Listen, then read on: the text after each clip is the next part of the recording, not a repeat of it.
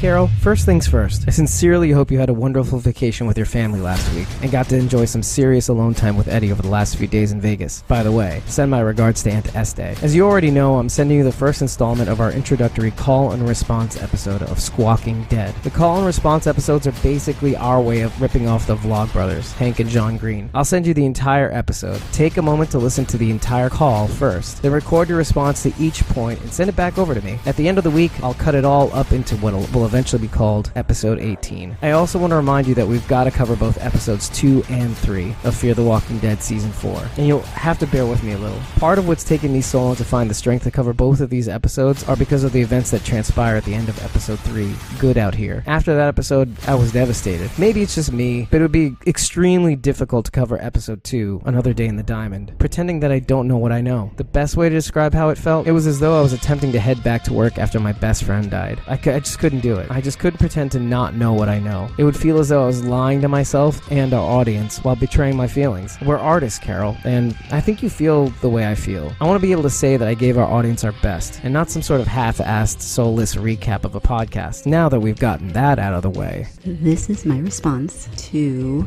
our Squawking Dead, Fear the Walking Dead coverage of episode 2 and 3. I have to say, even coming to this as, I guess, non-regular Fear the Walking Dead fan, I have to say I've been pretty impressed, and this last episode 3, which we'll obviously get to, really got to me, which I was very surprised about. I did not anticipate it having that effect, especially because, like I said, I wasn't as invested as Dave or other people, but I have to say, it was very well done and really hit me in the feels, man. Ugh. So let's get to it.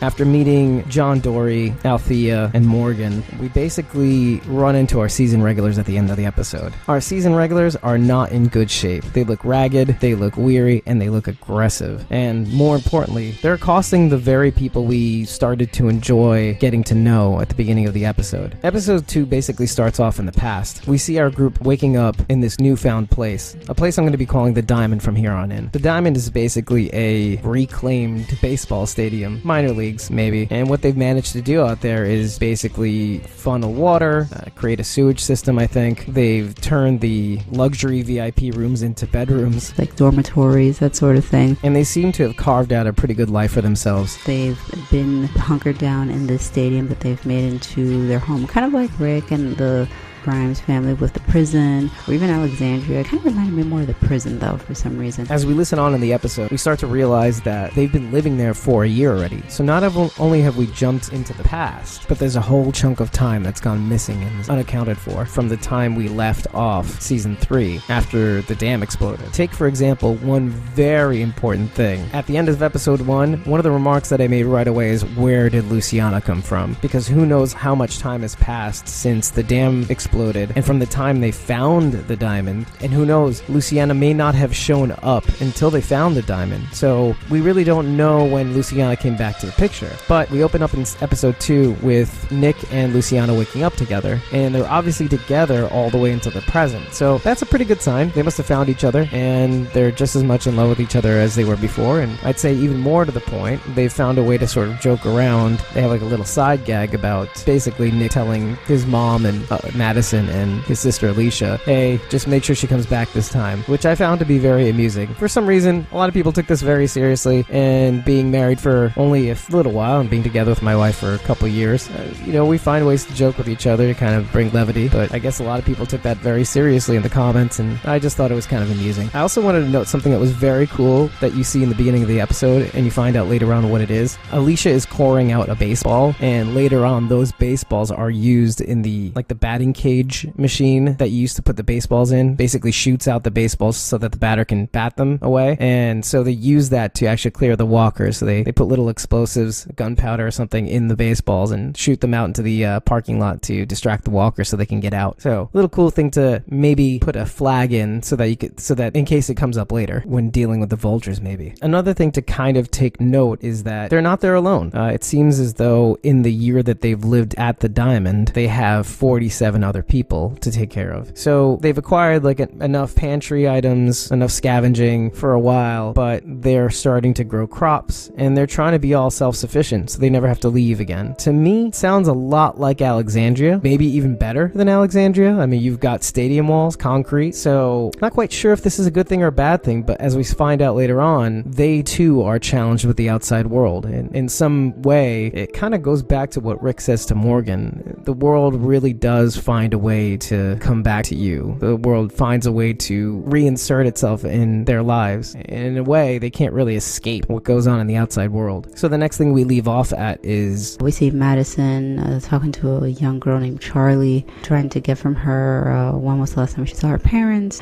and reassuring her about how they might still be out there and that she'll do everything she can to try and find them. This girl Charlie is fairly quiet, fairly elusive, but this kind of post-apocalyptic world is not necessarily anything unusual. Trauma, obviously, that sort of thing. So at the time, we don't think much of it. Part of the conversation that really intrigued me was, oddly enough, when Madison decides to change the subject on trying to find her parents, and she asks her what her favorite things are and what her least favorite things are, and one of the least favorite things is a salmon patty, or a Simon patty. That would be wonderful. A Simon patty would be delicious, I think. Oh. But anyway, a salmon patty, and they kind of go on to say, you know, you spend your whole life swimming upstream and end up a patty, and Charlie basically says, should have swam the other way. And part of that is just so telling in terms of narration and basically what ends up happening next. And it may be telling about the way our series regulars are going about their lives in the past, in the Diamond. And that in a way, we start to see that Madison really cares about saving people, about going out of her way to save others, about really just not only preserving life, but as much as possible beyond maybe even her capabilities. And in that respect, she's kind of like a salmon swimming upstream. You'd think it's against nature, but that's just the way the salmon works. But at the same time, the salmon don't know any better. And in many ways, and we've seen this in Madison, what she's capable of. Whether or not it's right or wrong, it seems like she's going way out of her way to try to include more and more people, as many people as possible. Maybe almost Negan-like, that people are a resource. And that's actually a very good point to kind of touch on, because Negan had gone out of his way to preserve life, to, instead of wasting any opposition, manipulating them into his cause. Madison does it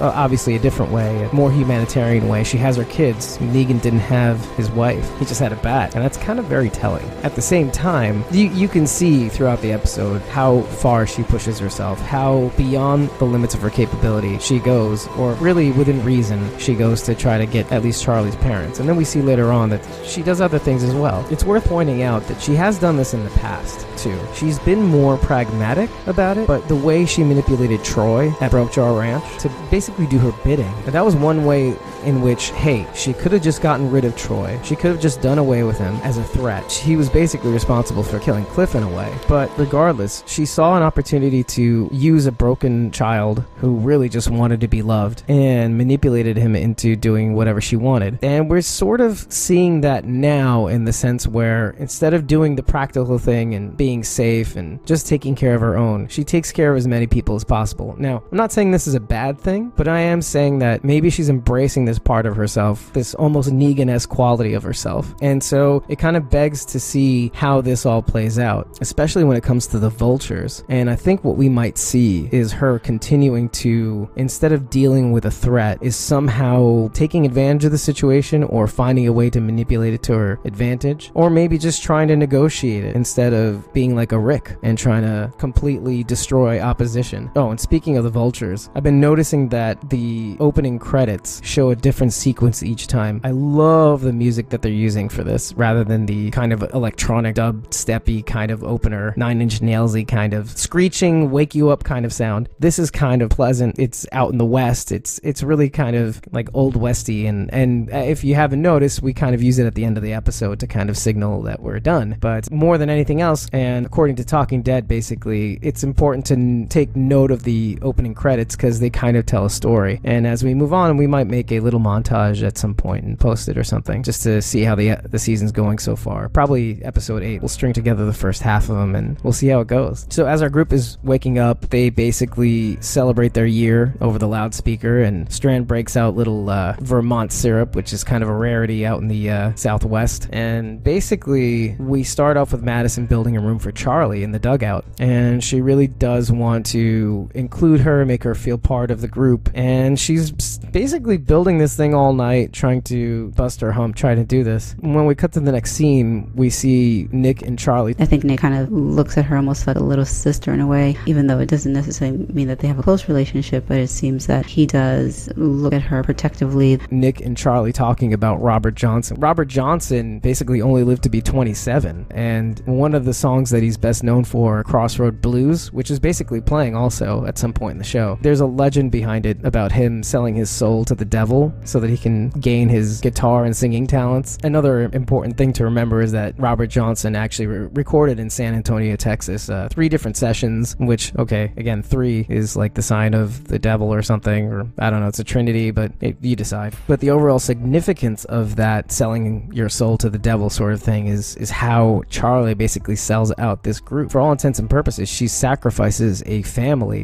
that would love her and cherish her for these people. You know, maybe she is trading love, compassion, and warmth for a full belly, because as we start to see later on is that the crops start to die and maybe food isn't as great, and the vultures do exist. You know, they do what they do. They scavenge, they pick places clean, completely clean, down to the light bulbs, and maybe there's no stopping them, so maybe it is better to join them, because if you can't beat them. In any case, Madison's basically discussing the plan with the rest of the group during their normal daily routine of scavenging, and part of her plan is to look for Charlie's parents. And she discusses going outside the boundary, and I guess that boundary is the limit of the walkies' range. Even though Madison says she would do it for any one of them, they haven't done it yet, and it seems like the one day they decide to do it, shit starts to happen. So before we see Alicia and Madison and Strand move out, we pan to Strand basically checking a piece of concrete in his pocket. And I think one of the things that is important to remember is what Strand did at the dam, and I think that concrete is from the dam. Basically, Strand sold out, in a way, Madison and her family for his own ill-gotten gains. In some respects, he sold everybody out that he's ever met, and even the people that he was really close with, like Madison. I mean, he does claim that he does this all to keep Madison's family safe, and maybe that's what he did, but the limits to which he went to actually do that probably put Madison more in danger than anything else. So I think he keeps that piece of concrete in his pocket to remind him to slow his roll, maybe use a sponsor if he's addicted to that kind of self-centered danger. Maybe he's trying to make it about him. Maybe it's him just trying to claim power. Maybe he's just tapping into this rush that Nick gets as well, this sort of con man rush, the rush in the con and getting it to work. And the same thing that Nick does is he's just addicted to danger and surpassing certain death and danger and feats. So you have these two characters that are on this trajectory that could potentially kill them and the ones around them. But with that little piece of concrete in his pocket, I think it's just his little way of trying to keep things in check, remind him why he does the things he does, even if it's for good, but just to remember to keep himself grounded. I think he's also trying to figure out how he's made it this long, maybe why Madison bothers with him to begin with. I mean, after everything that he's done, he still hasn't really asked the question of why Madison continues to keep him around, and so maybe it's just his way of counting his blessings too. Another thing we start to notice before our little group leaves to try to scavenge and look for Charlie's parents is we basically learn that Nick has a hard time leaving the diamond. And just to kind of remind everybody, yeah, it's been a year that they've been living at the diamond, but Nick has almost never left, I think. And even before that, we don't know how much time has passed since that year from the time the dam exploded. So we don't know the state that Nick has been in since the dam exploded, but it seems as though we flash back to him hitting the water and maybe even almost drowning. We don't know exactly what happens, and I really do hope in some way we kind of either flash back briefly to what it was, because there's a danger of us never finding out for obvious reasons later on. We see that Nick stays behind, and we're kind of told that through a conversation Madison has with Luciana that he doesn't really venture much outside the walls of the stadium. So he's thrown himself into this whole farming thing, and yeah, it's worked out for the most part, it seems, but as we'll find out later on, he's eventually forced to have to burn his whole crop because of weevils. The same weevils that were causing problems at the kingdom with King Ezekiel, and he had to have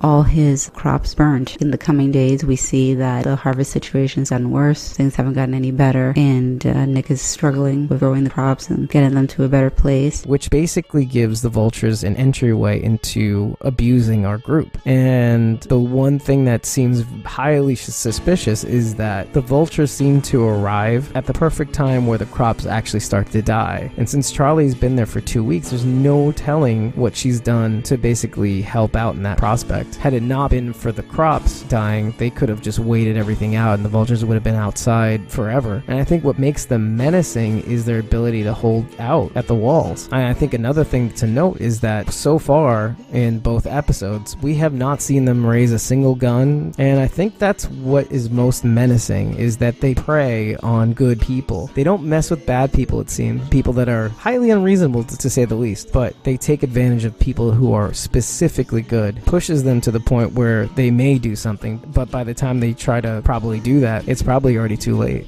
So as Strand, Alicia, and Madison venture out into, I think it's called Bartlett, the town that they're trying to search for Charlie's parents, they happen to catch that 457 flag or number stapled atop one of the silos in the back of the town. And it seems to be a disaster area. One of them exploded and it left a huge mess of metal and debris, and it seems as though there was a campsite that burned up. You saw tents that were ravaged, basically. And Strand and Alicia had been checking out some of the stores that were in the town. Luciana basically made note that all the places were picked completely clean. And just as Madison was rounding the corner of one of the silos on her own, we find out a new character played by Jenna Elfman, who is named Naomi. We found out later on in the episode, and basically puts Madison's life in danger. She is very flustered, very squirrely, that's the term that comes up, and is very on the defense. She seems to have been on the road the entire time, basically completely alone, it seems, because the way she's treating Madison, I think she's been through some stuff. In fact, when they finally do get to talk to her and they finally do bring her back, she basically mentions that she doesn't even remember where home used to be. It's been so long. She wants to basically steal their vehicle. She does not want to join them, even though Madison tries to kind of plead the case to say, you can join us, you can be a part of our group. Madison does the swimming upstream routine. She doesn't seem to really want to hear it. In the meantime, she's not stupid. She signals everybody by the walkie by just pressing it 3 times, knowing that that's the signal, that's the Madison signal to head on over. So she eventually is surrounded, but she happens to slither away. As you start to see her ascend the silos, you start to see the noisemakers on the actual railings, all the silverware tied with string. It sounds like to keep walkers from going up the stairs and heading to the top. And it seems as though there was some sort of speakers. And as we find out later on in the episode, the Vultures, as they're circling around the stadium at night, they're playing something similar to what the Fat Lady would play at the Savior's Camp, which is probably basically designed to attract walkers. And so we do see speakers at the top of the silos and a large hole at the top to basically probably contain them in. And as I pointed out in the last episode, it seems as though the numbers designate how many walkers are in whatever container they're in. So 51 from the last episode was probably 51 walkers in total throughout all the buildings, or at least that one that Morgan happened to crash into. So 457 silo walkers, basically. She climbs to the top of one of the silos, which honestly is never a good idea. I feel like every time I've seen The Walking Dead, anytime anybody's on a roof, that roof inevitably always caves in, which is exactly what happened here. Madison goes after her, roof caves in, they both go into the silo. And what we find inside is basically oil slick and water and whatever rainwater came in, as Jenna Elfman basically falls through the hole, which was not stable to begin with. They managed to get out, and they managed to convince Naomi to come back with them. But there's one interesting scene before they leave, and this is basically when Strand and Alicia blow the hatch to the silo that Madison and Naomi are stuck in.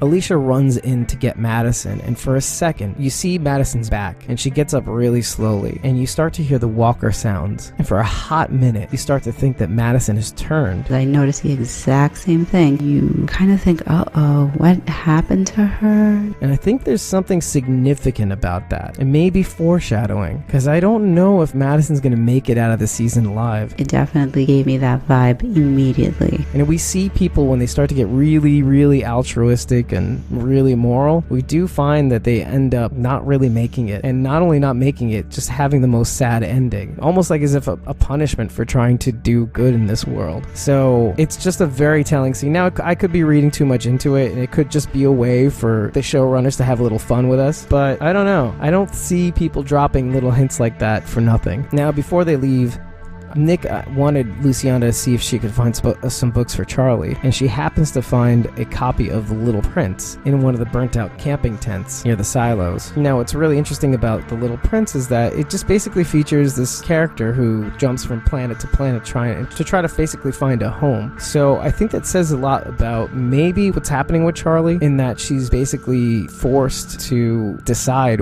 what family she wants to be with. But at the end of the day, when we get to the end of episode 3, I'm not sure I give too much of a damn, but she's a kid. What does she know? Henry killed Gavin. Carl was almost a murdering psychopath if Rick hadn't intervened. And if you remember Rachel from Oceanside, the little kid, always telling everybody that they should kill whoever they've captured. Alana Masterson, Tara trying to give her the middle finger. So kids kind of have an interesting way of expressing themselves in the apocalypse, if you know what I mean. One thing to note before they leave Bartlett is that basically they're trying to find out why Madison fights so hard to save Naomi, even after she almost killed everybody, I guess. She posed such a huge threat trying to extort Madison for her car, and Madison basically says no one's gone till they're gone. And I think that's some advice from Morgan too, if you think about it. After everything that he's descended to, he's not gone yet. And if you really think about it, you could apply the same logic to Strand, and maybe that's why she keeps him around. No one's beyond that kind of redemption. Look at Nick, he was a drug addict. You can almost see what Nick has put his family through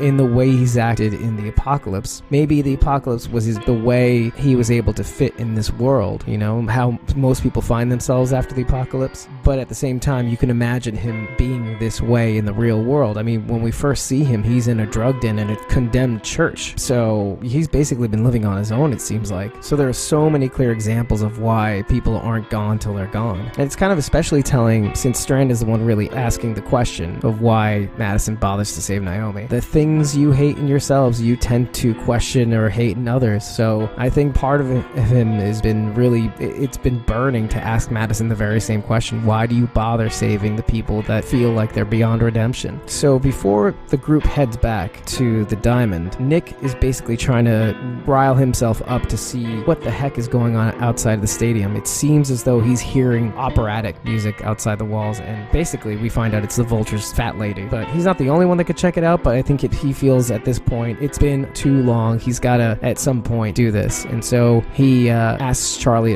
to open the gate so that he can go out and check it out in the car. And we see him flash back to the dam and him hitting the water, and you can tell that's obviously still very traumatic for him to even leave the stadium. It's almost like he has post-traumatic stress from whatever happened with the dam, or afterwards. We're not necessarily clear. And we see him trying his best. He goes out pretty slowly, things seem to be going okay, and then he just doesn't realize that walkers are kind of surrounding him, and before he knows it, he's speeding his way through and he just hits a pole. Cole, this one guy from the camp, this particular guy has been trying to impress Strand this entire time by complimenting him and trying to buttering him up and really trying to impress him so they can get in with the in-group, you know, our series regulars. Cole basically takes a couple of shots off at the walkers that are trying to eat Nick in the car, and Nick barely gets away before Madison and the rest come back from the excursion and take him and bring him in. Oh, I just also wanted to plant a flag here. Since they found out about the weevils eating all the turnips, if you remember what turnips are, it's basically the only thing that the Hilltop had at the time when they captured the satellite saviors back in season 8. I just thought that was something very interesting that we link up between the two worlds. It seems like turnips are a sign of bad things to come, but it's a good thing they came back with Naomi, because Naomi is an actual ER and ICU nurse, so she's able to patch Nick up, who is worse for the wear as a result of heading outside. So I don't think he's going out there anytime soon, but it's a good thing they have some sort of nurse, a doctor. I mean, nurse can do basically most of what doctors can do anyway, so what a good find. In the meantime, though, Douglas, one of the guys that lived there and was advising Madison to not go out past the boundary to retrieve Charlie's parents, he and a couple of other people, Cole, are trying to get the car back inside, the car that basically Nick had to abandon because he hit the pole and doesn't seem to be running. As they're trying to get inside the stadium, it seems as though we finally meet the Vultures, the people behind the music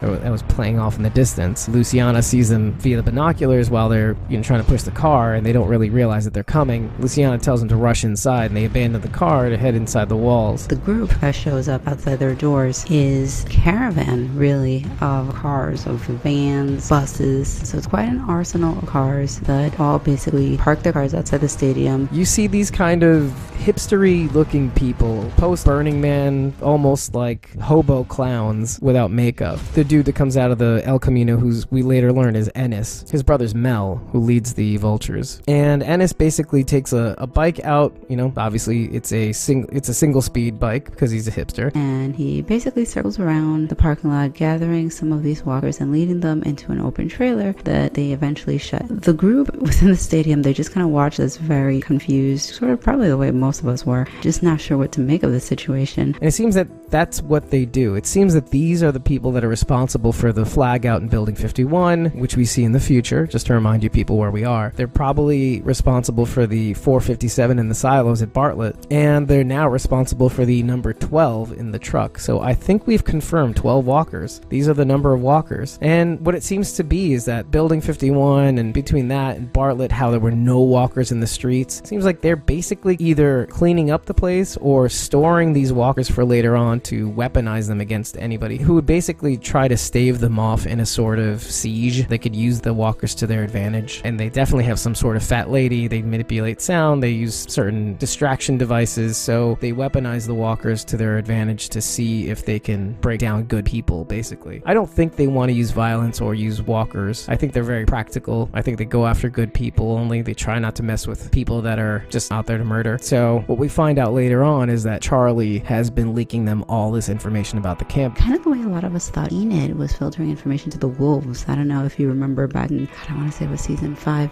when Enid was so mysterious. We kind of didn't know much. We weren't sure. That's when they had the wolves, and we weren't sure that maybe she's a wolf, maybe she's feeding information when she kept escaping over the walls. As Mel calls them out, he calls Charlie to come outside, and she comes out with them, and basically Mel seems to know a lot about them after Charlie's been there for about 2 weeks. She knows the pantry reserves are not quite great. He knows exactly how much ammo and guns they have, knows everybody's name, knows even that Nick has a problem leaving the compound. Kind of gave me the vibes of Garrett from Terminus. I don't know if he gave anybody else those vibes. It's also pretty interesting what Mel calls walkers. He calls them the fallen, and we've already found out that Althea calls them the dead. John Dory calls them the past. We call them walkers. We've heard on this show that they've been called the infected. So there's a bunch of new ways that we're referring to zombies, basically. And one more thing to note is that both Charlie and Georgie from The Walking Dead, the woman we meet who looks a lot like Hillary Clinton, they both love records. I just thought that was something interesting. Charlie really likes that Robert Johnson vinyl record. Georgie likes a whole bunch of records. So I don't know. Maybe there's some sort of connection. Maybe Georgie is her mother.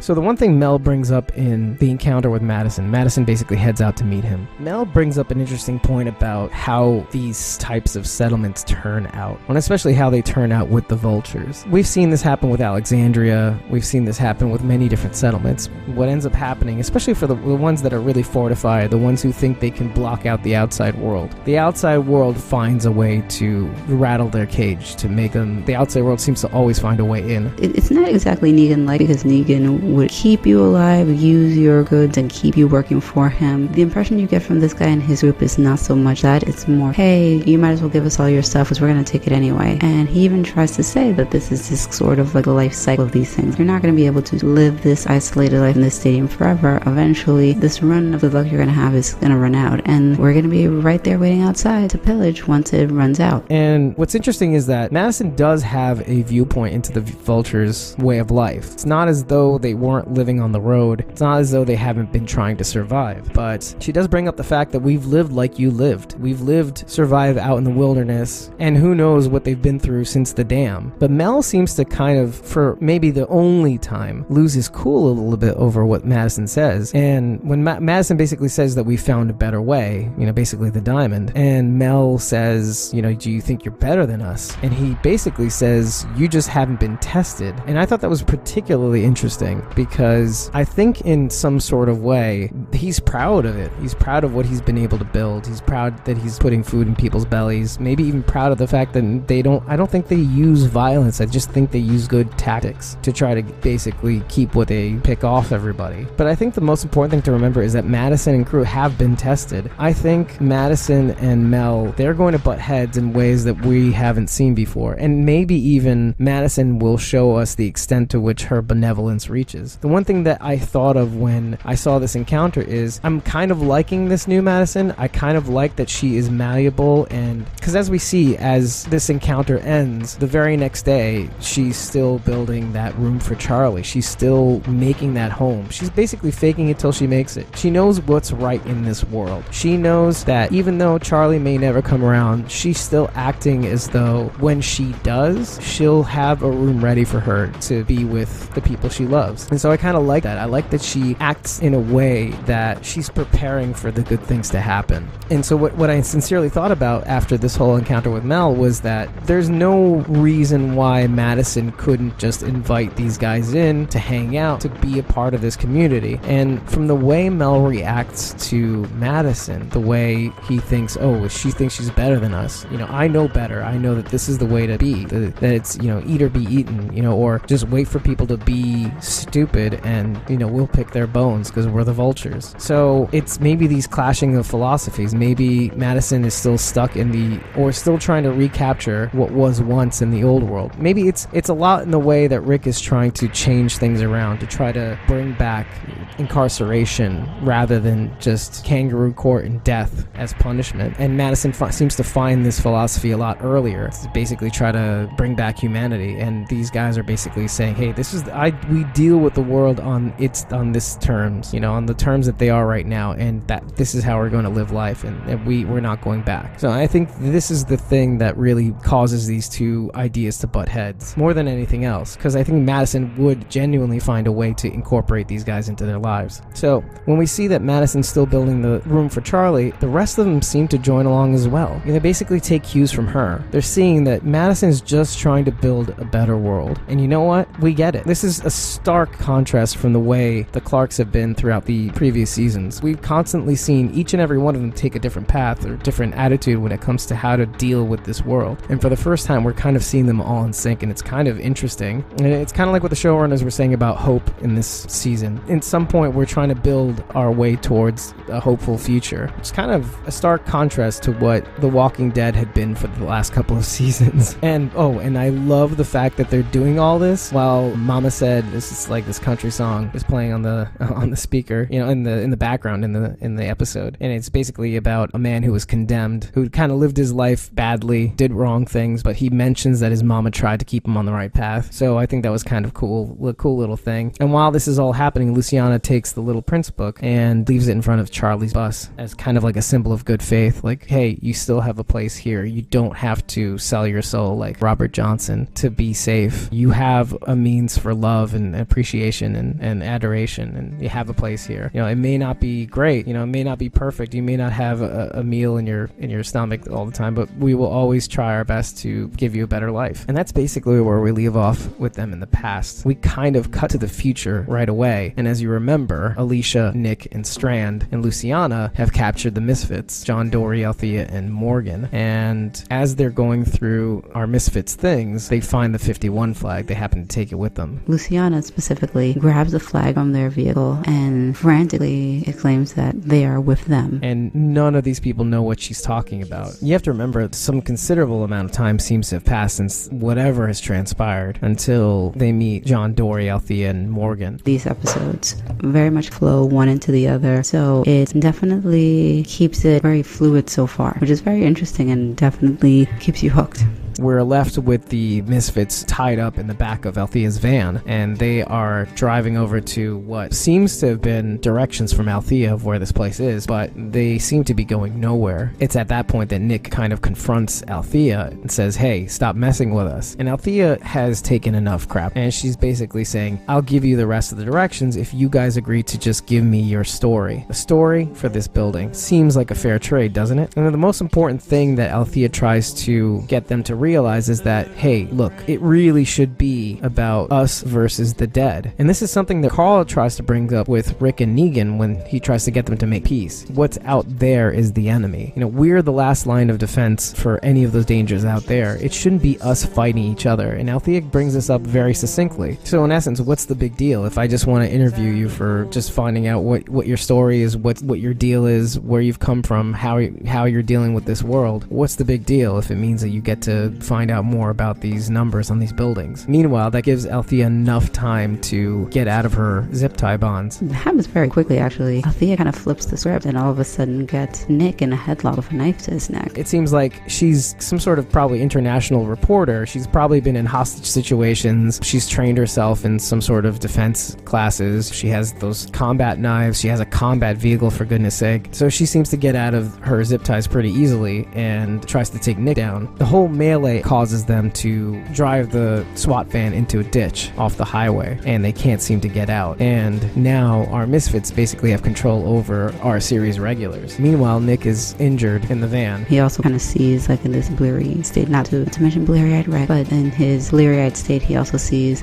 Luciana also in the driver's seat, passed out with head injury as well. And he passes out, and we immediately go back to the past again. The Vultures have been out there for a little while, and Nick decides to go with Madison on a scavenging mission. Obviously, they had to burn up all the crops. Now it's time to really go out, and Nick says, hey, it's time for me to do this already, especially now that there's nothing for me to do here. He decides to join Madison on this run because he just feels that he should, quite honestly. And Madison's not sure he necessarily is fit to, just because obviously we know that something happened that has kind of traumatized him from going outside, but he feels that he needs to. I feel like it's important to remind everybody that this is probably the second time Nick has hit his head and had probably almost a borderline concussion. Once in the past when he tried to leave the diamond and figure out what was going on out there with the music, and now he has hit his head in the SWAT van in the present, basically after he and Althea caused the vehicle to swerve under Luciana's driving care. He's had a lot of head injuries is all I'm saying.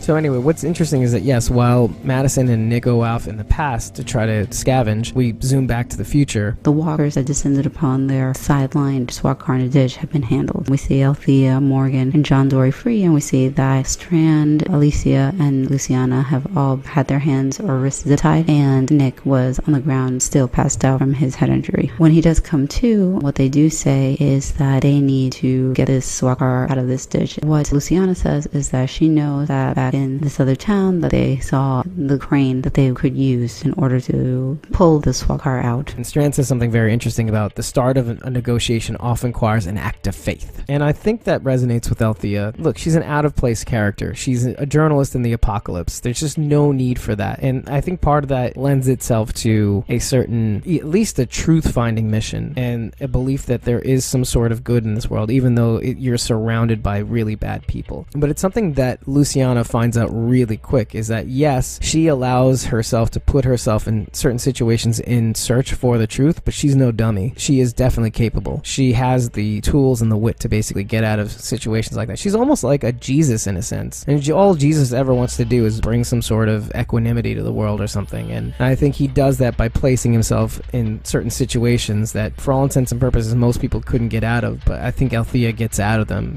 whether it's via the SWAT van, whether it's via combat skills, whether it's her being able to escape her bounds at any given moment, but she seems very resourceful. Althea basically says to Morgan, hey, because he kind of wants to leave, he doesn't really want to be around any of these people, he just wants to move on. She says, kind of like the way Nick was saying to Alicia or Madison about Luciana, hey, you can be here when we get back. She says the same thing to Morgan, you're going to be here by the time we get back? And Nick does say the same thing to Alicia about Luciana again, hey, make sure she gets back. I thought that was kind of telling, and there may be something to Althea and Morgan, maybe. You never know. And so basically Strand, Alicia, and Luciana head out with Althea to the service station while Morgan basically watches Nick. There's nothing else for Morgan to do. He's just going to slow him down because he was still shot in that last episode by Leland and the Pilferers. Morgan is very much peaceful. Morgan at this point, he's very much not in a violent state whatsoever. And while they're waiting, there was a very interesting scene between Nick and Morgan. Morgan basically unties Nick because Nick is all like ADHD. Yeah, he just can't sit still. And basically, he gets a peanut butter protein bar from his pack and offers a piece to Morgan, which is a very interesting callback to The Walking Dead Season 3, that episode Clear where we meet Morgan again. And Michonne is basically eating something from Morgan's apartment. Morgan's not in his right mind, and she's just kind of like, well, he's not acting right, and so maybe I should just take advantage of the situation to eat something. And in Season 6, Morgan brings it up actually out of nowhere. Now that Morgan's in his right mind, he met Eastman, so he's kind of at peace, but there's just something that had been burning in the back of his mind. He's like, Michonne, did you eat my peanut butter protein bar? Now, I could have sworn I had a peanut butter protein bar. And I think it came up again. Rick and Morgan are together, and Rick kind of admitted and told him that it was Michonne who ate his protein bar, and he basically says that he knew. It's kind of funny that this comes up yet again. And I like the fact that Morgan had a little smile when it gets offered to him. It's almost kismet. You know, this random guy knows exactly what I like. And so it's just this one interesting moment that we can look at and just get a call back for, and it's just, and he accepts. It's like John Dory's candy. After he unties him, there was a little bit of a scene where Nick tries to test his limits with Morgan, and Morgan kind of just shows him, hey, you don't mess with me. Look, I'm untying you, but I can definitely handle you. And so Nick tries to leave. He trips him, tries to grab a knife, and he hits him with a stick. There's a whole bunch of things that he does that Morgan illustrates that, hey, you won't be able to get past me. But anyway, after the peanut butter protein bar scene, it's clear that, okay, Nick kind of does like Morgan, and maybe there's something Nick can learn from Morgan. Who is this guy? What is going on here? How does he know how to fight? Why is he not killed? You know, what's his deal? But anyway, Morgan decides to head off to the road to survey, see if anybody's coming, make sure everybody's okay. Just basically scout ahead, make sure they're not being followed by walkers or anything else. But while he's away, the mouse decides to play, and so he goes through Morgan's pack and sees the Art of Peace by Morihei Ueshiba, and he finds Althea's camera and sees Morgan's interview, and especially the scene, I lose people, then I lose myself. And while that's happening, just as that's happening, Morgan spots Ennis's El Camino. Obviously he doesn't know who that is, but either way, it's careening down the highway, and that's never a good sign, really,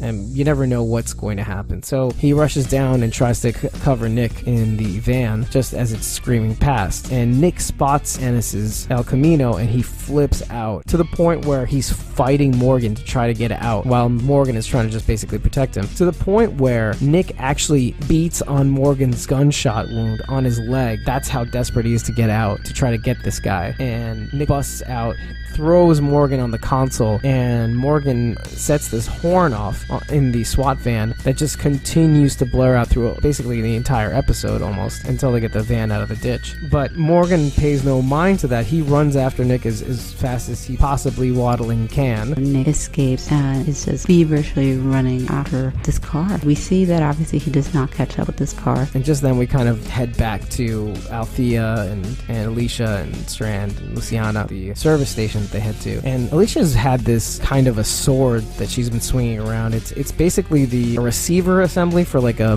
machine gun that they've cut out in such a way that it kind of cuts through the air, and it makes a kind of whooshing noise. And Althea makes a mention of, hey, aren't you worried about the noise attracting more walkers? And she's like, hey, more for me to kill. So I just thought this was very interesting, like where she is as a person. I don't care, bring them on, basically. Just how far they've descended. I also noticed one more thing is that John makes a little remark about, hey, we should just find some gas, and maybe after this is all over, you know, we get the truck out, you get your building 51, and then we can get back to finding Laura, you know, basically the person that he's trying to look for. Now, I've seen only maybe one or two people maybe linking The Walking Dead's Laura. Remember how Laura was missing after Dwight shot her? That Laura is the one that they're talking about. I don't know how plausible that is. It depends really where John Dory started off. If he was back east, and again, this is several months after the end of The Walking Dead, basically after Negan's been defeated. So anything is possible. I suppose if John was back east in the DC area, Laura ran away. She was gone for a pretty long time. She was gone for several days. It's possible that she busted in, tried to get better, and basically something happened. So it's a very interesting kind of concept to kind of wrap your head around. Sometimes names do link up. There rarely, if ever, have been names that have overlapped in these universes. So I can see them, first of all, running out of names. So far, no, not really. Some people have speculated speculated that some names in Fear have overlapped, but I think now that they're really resolving themselves to a more cohesive universe, I think they're going to start to make certain threads apparent. But in any case, I just thought it was an interesting remark from John. Basically, hey, I'm all about trying to get back on track now. And after that remark, basically, Strand does bring up an interesting point to Althea, and maybe it's just a means for him to kind of evaluate her in front of her. He basically says, like, you're going on and on about this story, and meanwhile, you're putting yourself at great risk to get this story. That great risk being this unfriendly group of series regulars. And he just basically wants to know why. Especially when there's nobody around to actually watch it. What does it really matter? What does the truth matter? What does the story matter if nobody's there to watch it? And I think maybe this is Althea's way to build a future. But actually, in Judaism, they bring up a concept called tikkun olam, which means like basically healing the world or changing the world or fixing the world is probably the more apt description. And it's not just a physical thing. It's more of a people, like a bridge building thing. When asked about this, Althea basically says that it's just a means to get to the truth. And sometimes, even if it's heard once, and even if it's heard out loud only once, it matters. Because in a way, yeah, you can look at Althea, she's a journalist in the apocalypse, and it doesn't really make much sense. But I think in a world where you could pretend to be a king and have a tiger and fake it till you make it, there's some sort of value in saying, hey, like a Fight Club kind of philosophy. The truth is here. The truth is staring you at the face. You don't hide in this, don't hide in that, don't pretend this or that, don't pretend to be something even hard or evil to get what you want. The truth is here. Confront it. This is what the apocalypse is all about. Confronting your truth. Living your life at least on your own terms.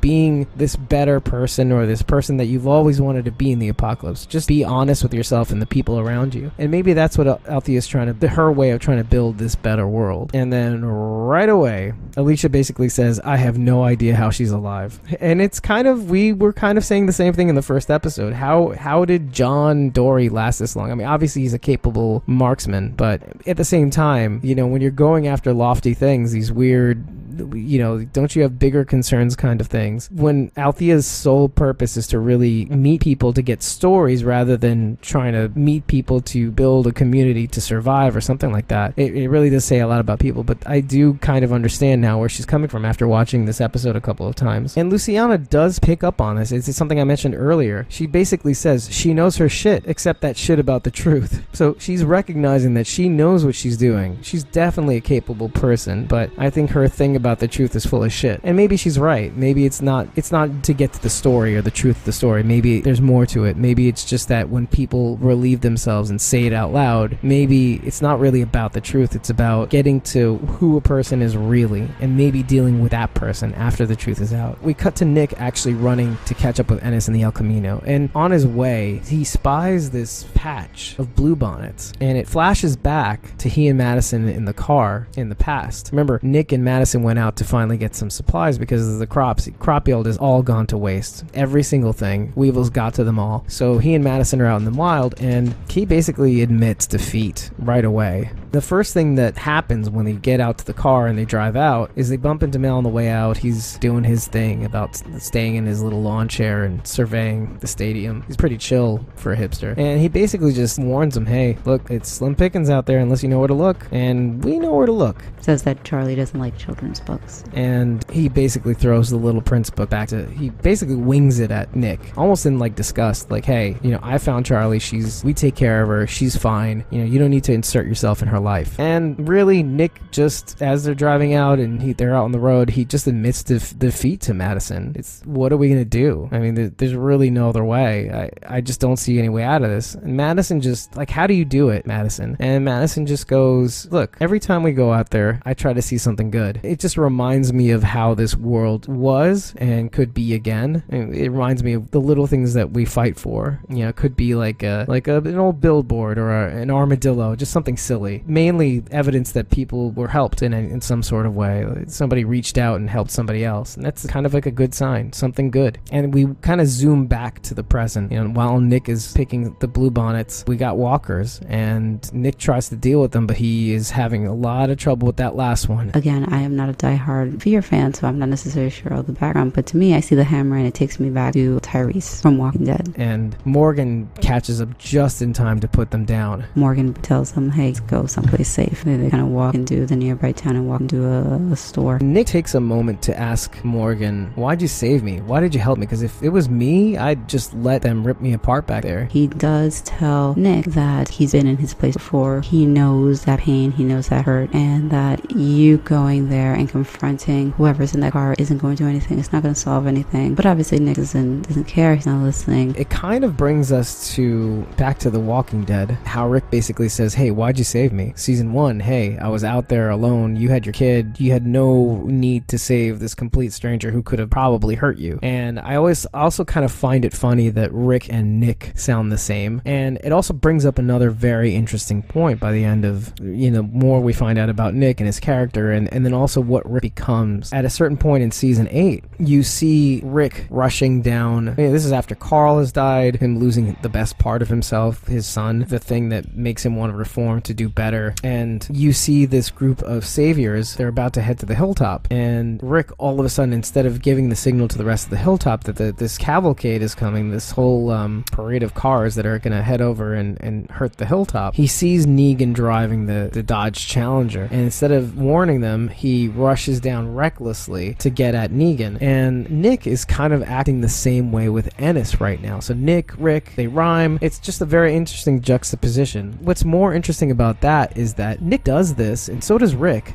in spite of what effect it may have on other people. And Nick has done this throughout the series. He's put himself in these dangerous situations that may, and like you could say the same thing about Jesus, but Jesus at least has sense. Jesus knows that where his expertise can land him. He knows that if when he met basically Rick for the first time, he knew that he could take people in hand-to-hand combat in close quarters, basically making any sort of firearm redundant. So it's not as if Jesus jumps into these situations ham-fisted and haphazardly. He has a sense of what his limitations are. He plays to those strengths. And he's strategic. He's smart. He's light on his feet. Nick doesn't really have that athletic ability. He just has a propensity for danger. And Rick, in his sense, does too. When we see him go after Negan, it's not as though he was a very good marksman, and he's not been a typically good shot on the show.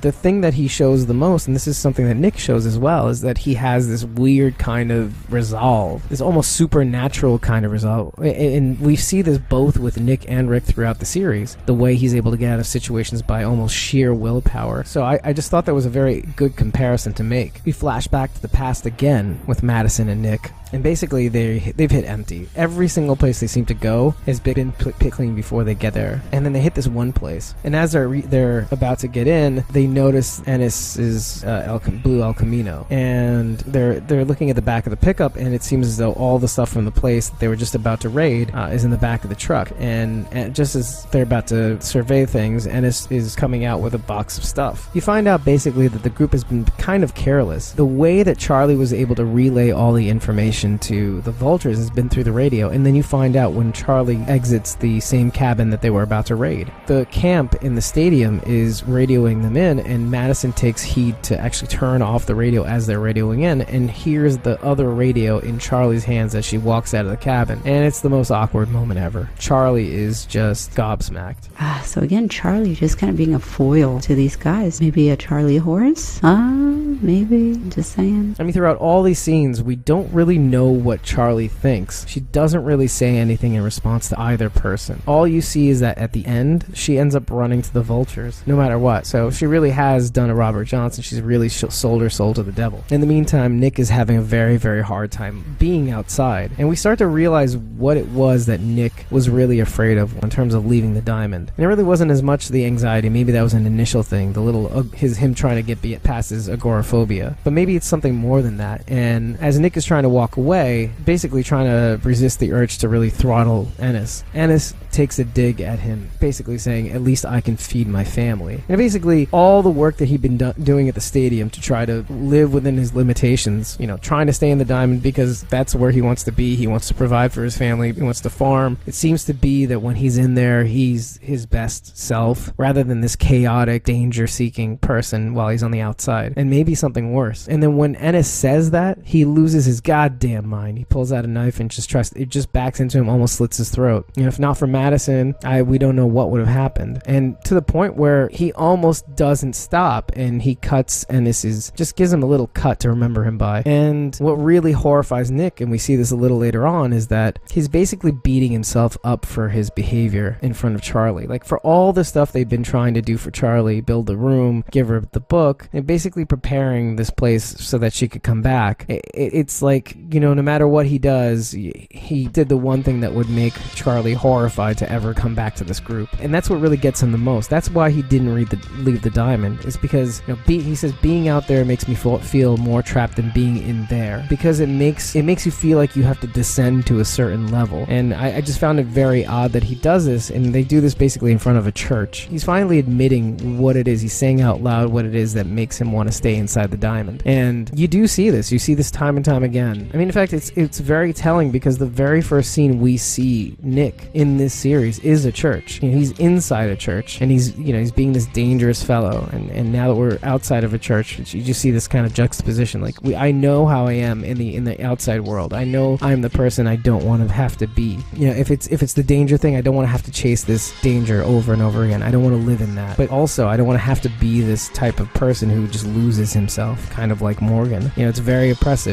I just want it to stop. We head back to the present, and Nick offers to rewrap Morgan's bandages, and it's basically the least he can do for saving him back there by the bluebonnets. And Morgan just says, hey, look, the least you can do is not get into trouble. Nick makes a snide remark about, hey, look, this karate, I mean, you should be capable. And he goes, it's not karate man. But anyway, he basically calls Nick out, and he says no matter what Ennis did, it's not going to turn out like you think. You're not going to just get this guy and the world is right again. And we do kind of see that later on when it comes to Charlie. You may have thought that the way to kind of get at Ennis was to kill him or something, but at the end of the day, if the goal was to keep Charlie, then you giving her nightmares is exactly the thing you did not want to give her. This is not the way to go. But Nick just gives it right back to Morgan. He just cannot help from ripping open scabs. After seeing the video, he's like, I bet you killed. Who did you lose? I saw the tape. I heard everything you said. And Morgan is distraught.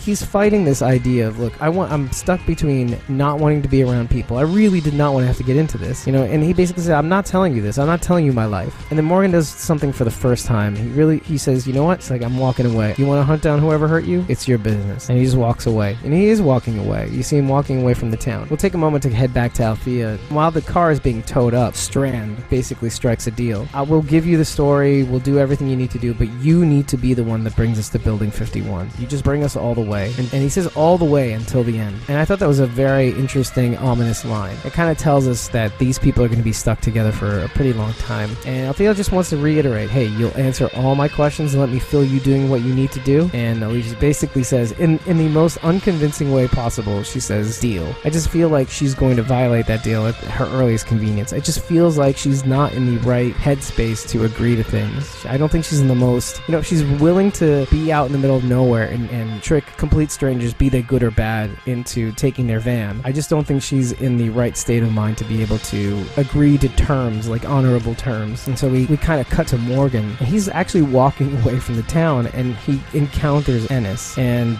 Ennis basically says, hey, keep walking, old man. There's nothing for you here. And Morgan just behooves himself to kind of tell him, as he's looking around, he's just trying to see if there's any sign of anybody and who this person is. Is there anybody else there? And he basically says, you need to leave. And Nick had basically been following him. And we kind of see this vision of Nick approaching with the hammer. He starts to approach, and he comes at Ennis. And Ennis is kind of like, hey, and it's weird. Some time has passed between the past and the present. And Ennis just seems like he is in this utter disbelief at seeing Nick again. Morgan immediately stops Nick and says, you don't want to do this. It's not going to turn out the way you think. And Nick is enraged. He's basically saying to Morgan, are you willing to do what it takes to get in my way? And it's at that moment that Morgan kind of stops struggling with Nick. And he's right. And at the end of the day, this is not what Morgan wants. It's definitely not what Morgan needs. He does not need to be involved with somebody and lose himself and care about somebody and the way their state is. I mean, he had a hard enough time with that lonely man on the road and ended up burying him. He tried to help him, but he didn't want the help. And he's doing the same thing with Nick. He's just walking away. And look, it's a little easier to bear when you don't get nearly as involved. And maybe he's just navigating this space the best way he can. But I don't know what the right decision was here. Maybe Nick was more reachable. And it seemed seemed as though he was starting to be.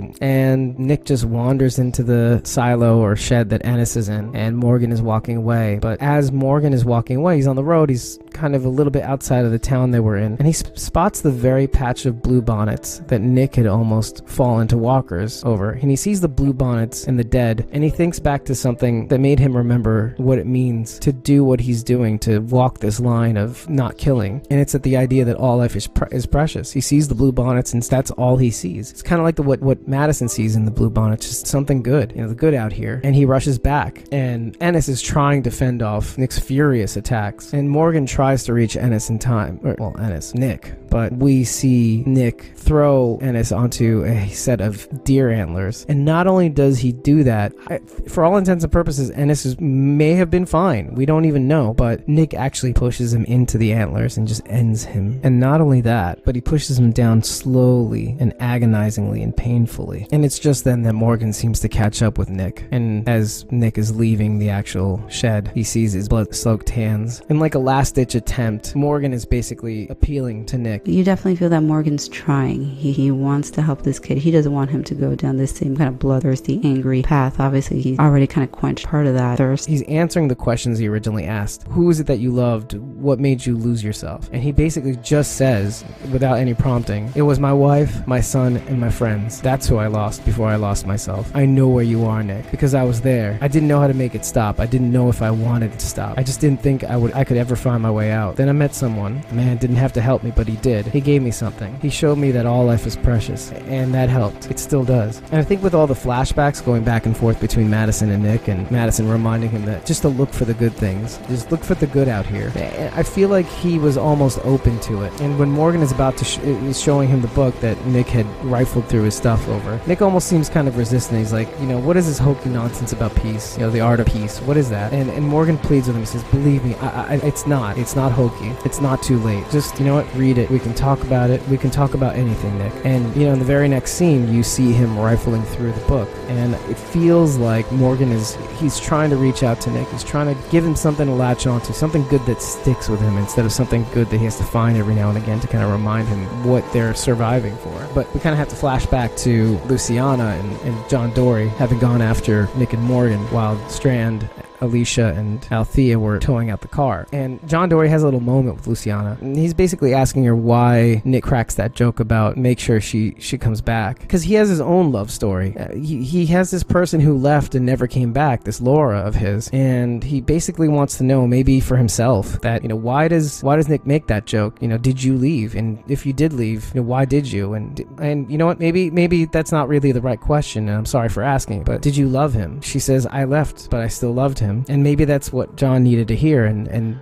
he gives her basically one of his John Dory candies to kind of, as a little peace offering. I called it his piece of candy offering, like P-E-A-C-E. Yeah, I think that was a little touching moment. And basically, as this is happening, Althea, Alicia, and Strand and the van pull up behind them, and they head to the town that the arrow was pointing to on the side of the road. We see Nick rifling through the art of peace, and in the background as Morgan is trying to straighten himself out. Basically, Althea's van catches up with our group, and Althea pulls over, and she's kind of surveys the van, and she's realizing something is that the lock that was holding some of her tapes had been busted, and she freaks the fuck out. She looks through her boxes of tapes, and the one thing that's there that's very interesting is that all of them are labeled The Bog. They have numbers of basically representing the tapes that are probably in there. And one of the last boxes is 17 through 24, and there's 3 different boxes, so I'm guessing there's 8 tapes per box. You're talking about an hour per tape. It's probably 24 hours full of footage. So as she's freaking about this thing, she realizes all her tapes are there and accounted for. We don't know exactly what that's about. Is it that she's losing all these tapes, the truth, the story? Is it maybe something else? Is she recording it for somebody else's purpose? Is she part of the Vultures? So that's some questions that we may have. I mean, maybe it's not, maybe Luciana is more right than we think she is. Maybe it's something a little bit more sinister. Maybe Althea isn't who she says she is. It'd be interesting to see who's on some of those tapes. I'd be very curious if any of our Walking Dead people could be on those tapes. I doubt it. I mean, but we don't know where Althea came from. Yeah, they're in Texas, but maybe she came from East, it kind of also reminded me of, and I didn't think this when she first was taping people's conversations, but it kind of reminded me of Alexandria with Diana. Who's Diana? When they first came and she interviewed each and every one of them. It'd be really cool if there was any interviews with Walking Dead characters. God, I would love to see her have interviewed like Abraham or something. But it kind of begs to be seen. In the meantime, we see Nick put away the book in his back pocket, the same back pocket that one of the bluebonnets is in. As he's taking it out and admiring it, we flash back to the past, and Madison and he drive by a field of bluebonnets and they pull over to check them out. And Nick and Madison get out and check out the field, and Madison just says, "I told you it was still good out here." And we see Nick in the past. He's laying down in this field of bluebonnets and other different flowers. I know what bluebonnets are because I lived for many years in upstate New York doing a lot of gardening, so they are rather beautiful wildflowers. And we cut to the present, and immediately we hear a gunshot, and Nick looks down at his chest, and he's looking at this. I feel like the shots in this episode of the present, they get more, as we see the blue bonnets, we see them that they're ultra blue. They seem to be the most blue and colorful thing in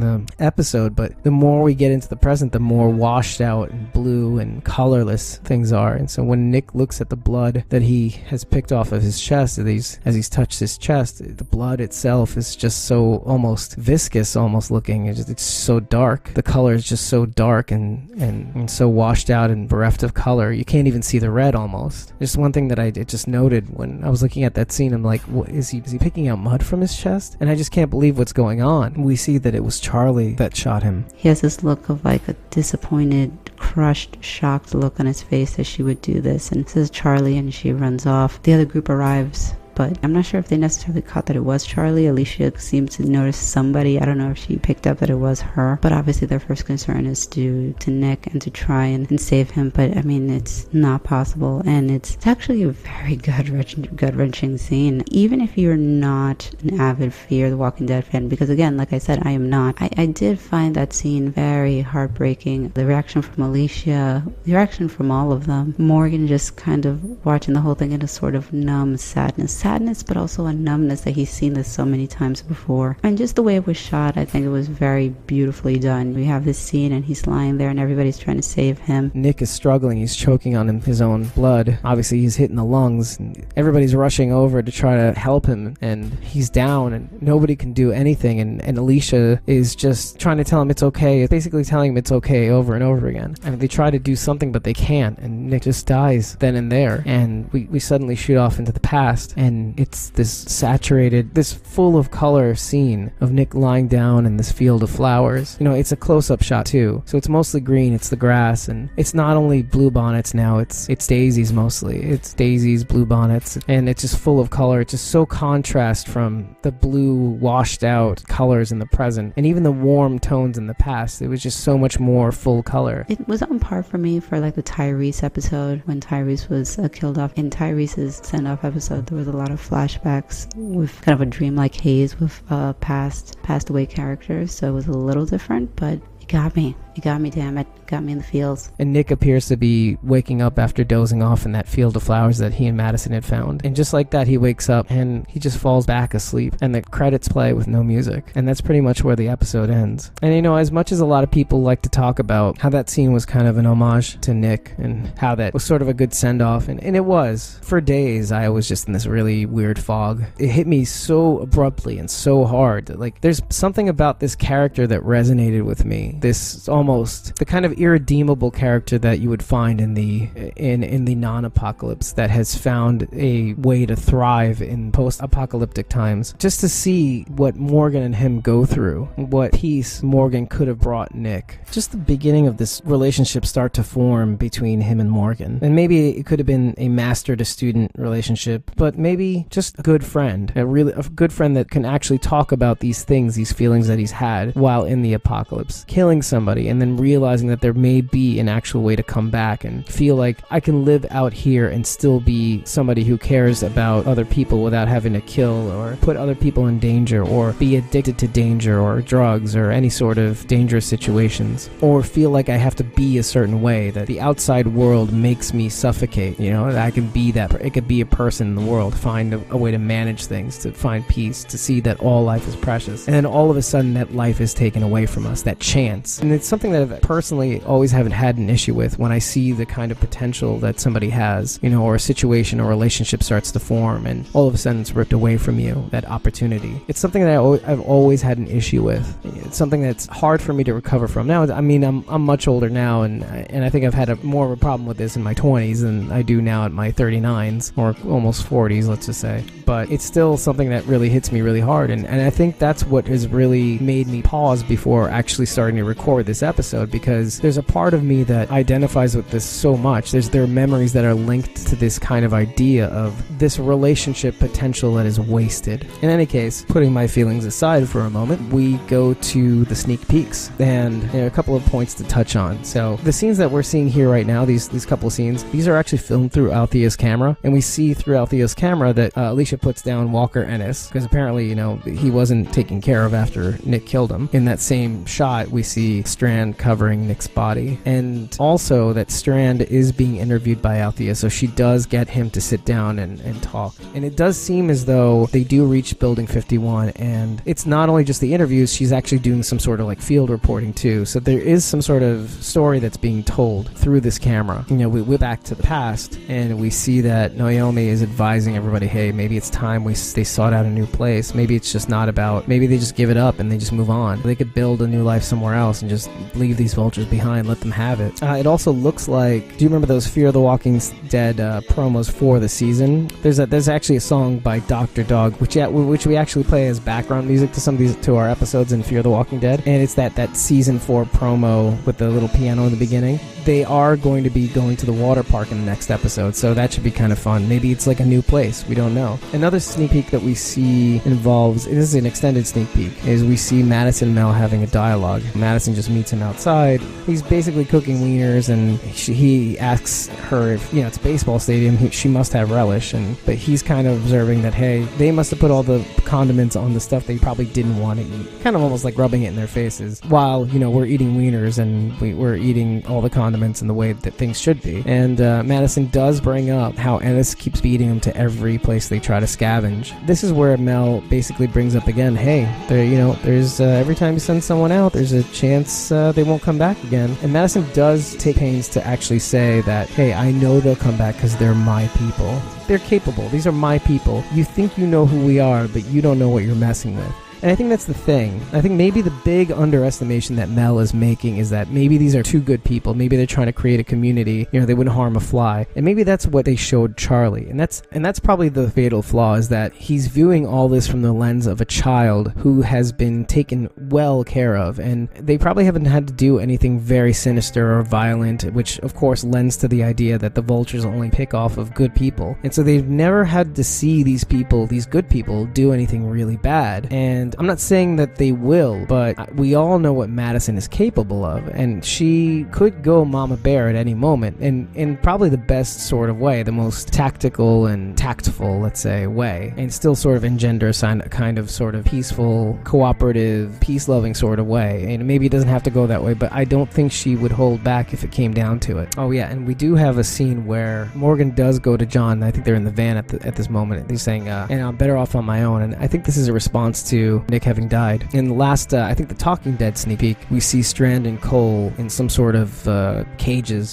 This could be in the Diamond, but we see like a whole bunch of acupuncture walkers. These walkers have acupuncture needles on their faces and everywhere. I think like on their back and arms and stuff. Actually, yeah, we do see them on the hands, because I think Cole is having a bit of trouble with one of them, because I think one of them catches them. A whole bunch of needles on Cole's hand. We vaguely see that he's being hurt by one of these walkers that has these needles on them. So that could mean something about what could happen if an acupuncture needle that happened to be inside a walker touches somebody. It could be like the knives that were dipped in walker guts, so I don't know the extent to which that would actually hurt Cole. And we do see in one of the more action-packed sneak peeks that one of the acupuncture needle walkers is either thrown on top of Cole or just falls really hard on top of Cole, so there is that threat as well. So that's pretty much it. I think the one thing to remember throughout all this is that this season is going to be playing around with time. We're definitely definitely going to be seeing more of Nick. He's not off the show completely. This may have been a way to solidify his exit from the series, but as for the season, I think he's going to be playing throughout because of the way we're jumping back and forth between time. And I think there's a lot more questions that we need to answer in terms of what has happened to the group even before the flashbacks where the color is warmer and more orangey. There are still questions that need to be answered about what happened between when the dam broke or the dam was exploded until they got to the diamond. Things have happened. Luciana had to have come back between now and then, and how did Nick get this way? Where did Madison find peace? And I think some of these characters like John Dory are going to reveal themselves more, and Althea is there's definitely more to Althea than we think. So far it seems like, as much as I love John Dory, some of the scenes that he was in this episode were almost more comical. Like, you better do what he says, drop it. Things like that. You see him being like almost comic foil, and I definitely want to see a little bit more out of him than just a bit of comedy, because as much as I love Garrett Dillahunt in this role, and he does do comedy pretty well, I just think that we could be seeing a little bit more balanced. I like the idea of going back and forth between slight comedy relief and more seriousness, but sometimes it's those characters that are more engendering, more endearing, and you kind of connect with a little bit more. And Nick had some of that as well. Nick had this kind of happy-go-lucky kind of attitude, and it was kind of good to see in a character. And I think that's really why it's so hard for me to let go of him. There was a charm and way about him that was whimsical and carefree, and it's something that I think a lot of us want to identify with. We could see ourselves being that guy, if only for a moment, but this guy kind of lived his life that way. And meanwhile, there's more to talk about in terms of the Vultures. And again, this is something I'm going to bring up again and again. So far, we haven't seen them actually lift a finger in terms of hurting anybody. We do see a little bit of aggression, but other than that, we don't see violence. We see a lot of people waiting it out and just basically playing their hands, strategically moving themselves in ways in which it almost defeats them without lifting a finger. And maybe that's their strategy. You pick on these good people and you basically test their limits to see what they're willing to do to fight you. And it's like really like almost a Fight Club mentality. What does it take for them to throw the first punch? And who knows what they're capable of, besides weaponizing walkers and hoarding them and putting numbers on boxes and buildings and silos. What else are they capable of? There is a clear idea or an implication that they are the ones who exploded the silo in that camp. So maybe they actually put the walkers in the silo, plugged up the bleed valve, basically trying to wait out the town and forced its hand. And that could be what those walkers were in the cage. The Vultures may have found a way to weaponize the walkers in their truck and lead them into the stadium to basically force their hands, like almost smoke them out. So there may be an element of using these walkers in a tactical way to kind of accelerate the process. So they're no dummies. I'm just wondering to what extent they're capable. Are they capable of direct violence as well? Ennis did seem to show a bit of self-defense, and his ability to kind of fend off Nick for a little while seemed to be pretty capable. But in both Mel and Ennis were pretty protective over Charlie, showing a little bit of aggression when it came to not protecting her from our series regulars, but really to kind of protect her soul and heart, and basically tell him, hey, we found her, we take care of her, it's not your problem, she's ours. When there's a whole other question revolving around Madison. In the beginning of the episode, I mentioned that we do see maybe a little bit of foreshadowing that maybe something had happened to her, maybe she turns, maybe she gets bit, and we don't see her in the present. Now, it's hard for me to say that she bites it, or that she has been bitten, or something like that. I don't know if they're quite in that place. I don't know how much time has passed between the past and the present flashes, because you can't really tell whether they're still mourning her loss or enough time has passed where they've found themselves at a place where they can move on. But something clearly happened between Ennis and Nick, and I don't think it's Charlie. I don't think it's enough. Maybe just having the Vultures brought them to a place where they got desperate or anxious, or they lost people even. I don't know about Madison. I don't know if Nick was murderous enough about losing Madison, but Madison is clearly not in the picture. Something is wrong. But part of me also thinks that maybe Madison joined with him. Madison has seemed compliant and ready to kind of meet up with Mel. Now, I don't think she did this in a way that was illustrating that she wanted to join join up with him or that she wanted to be antagonistic, but she did want to show that, hey, I'm a capable person. I've lived out here. I'm not afraid of you. But I think there is also an element of she's completely capable and confident in herself enough to meet this guy on his terms, and maybe even, I feel like she may even hear him out. But something about those numbers in the present has clearly set them off, and at some point they lost track of the Vultures. And Madison is missing. Maybe they took Madison. Maybe it was a matter of not even Madison joining up. Maybe they just took her by force, and they've been trying to find her ever since. I'm kind of leaning more towards kidnapped, personally. Definitely something went horribly wrong, and obviously has driven them to this point to just be so desperate to try and get to where these guys are. Now, the only other thing that concerns me is that we do meet this Naomi character, and she's clearly not in the present. Obviously, Cole is not there, so I feel like Cole's going to bite it in the next episode anyway. I mean, these endearing little cute characters that try to impress other people tend to, but Naomi's not there either, and that to me is a little sad too. And it could be that Madison and Naomi are together, and maybe they've both been, and this maybe I'll lean towards this series, that they've both been captured by the Vultures and they kind of ran off, and our group basically lost track of them somehow, and now they're finally seeing signs of where they've been. So in the meanwhile, what concerns me about Naomi is that what could have happened to her, after everything this character has been through. Clearly she looks rattled, she looks like she's been doing this for a very, very, very long time and on her own, and probably faced some horrors herself. To kind of kill this person off almost seems cruel. I mean, after this group shows her this kindness and they gain this person who seems to be okay. And there's also other factors as well, like maybe Naomi is part of this group as well. She could just be a plant. All this stuff about me saying how the Vultures pick on good people, maybe Naomi had no intention of hurting them. Maybe she's playing up this character. So it's something to think about, definitely. And so, Carol, I throw this off to you. This is my call, and I eagerly wait your response. That's it for me on Squawking Dead. Can't wait to cut this thing up and see what we come up with. Carol is the brainchild, baby. I love to hear your ideas. I am very curious to see where we go from here and find out what in the world happened to Madison and Naomi also, because we don't know where she is either. That is my thoughts, and can't wait to see what happens next. In the meantime, take care.